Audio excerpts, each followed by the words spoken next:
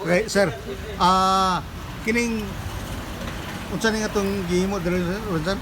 Mo ni ang ato ang kuan weighing bridge para sa kuan sa mga dagkong sakyanan kanang mga dikarga para mga tanker or mga kaning mga wingban mo na dira na to itimbang para may bawa na to og overload ba sila kay og overload sila dili sila kaagi sa tulay.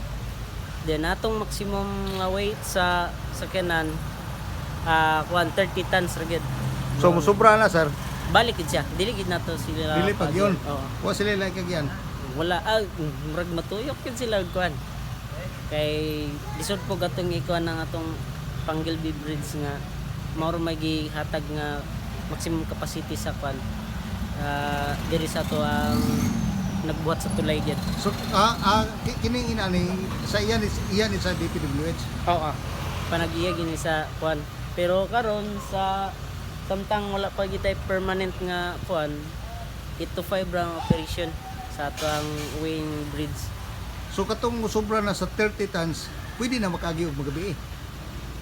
Dili naa sila kuan wala po ko ka sure pa og gawas na ba og ang mo kuan na sasakyanan ini kagabi ini off na mo diri mga pulis naman daw ang kuan pero mao lang pud ako nakuanan nga mao na daw ang sa PNP na daw ang kuan ni kagabi. Man nato isigi istorya si sir nga dunay unsa to nga klase nga timbangan? Kuan katong truck scale, di ba? Truck scale. Truck scale. Oo. Katong timbangan nga parehaan ang naa sa naay mangupra-kupra sa mga anak nako. Oo, mga inana. Kining niya day unsa ni nga style? Portable lang po ni siya. Portable ni siya. Oo. Dili siya pwede na to 24 hours kay ma-damage. Sinulman para ba nato ni sa Rizal. Nag-purchase pa ang office na mo ani. So para mo agad. Para inyo ha. Pero kato ng truck scale. Nako.